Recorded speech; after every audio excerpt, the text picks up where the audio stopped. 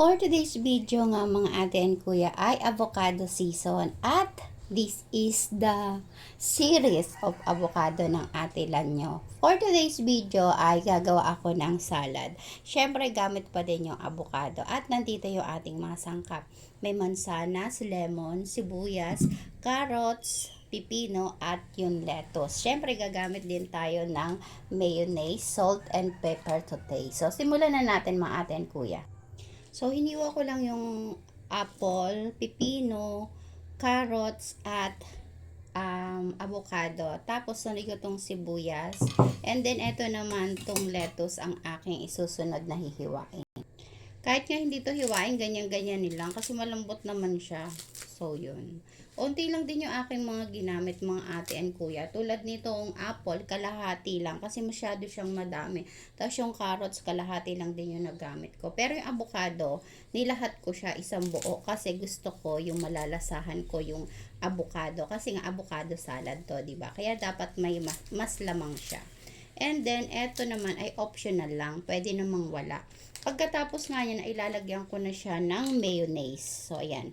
Sachet lang yung aking nabili. Kasi unti lang din naman talaga yung gagamitin natin dito mga ate and kuya. So, ayan. Ganito lang. Tapos, lalagyan natin siya ng asin at paminta para magkaroon siya ng lasa. At syempre, yung ating lemon, mag-i-squeeze tayo dyan.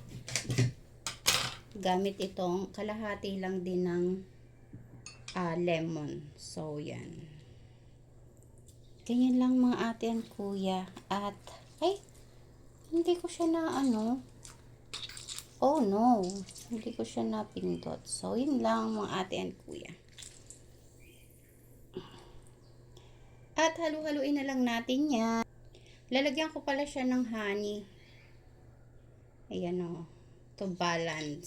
So, ayan ang ating avocado salad, mga ate and kuya. Ganyan lang kadali at magkakaroon na tayo ng masarap na pwede natin tong pang almusal, pang dessert, o kahit anong gusto nyong gawin dito. Pwede. So, that's it for today's video. At masyado nang napahabang aking video na ito. So, last, lagyan natin siya ng paminta. So, kain tayo, mga ate and kuya. Masarap din pala ito kapag malamig. So, yun lang. Bye!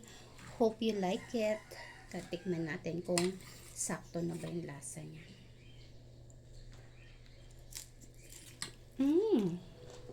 Stop. Bye!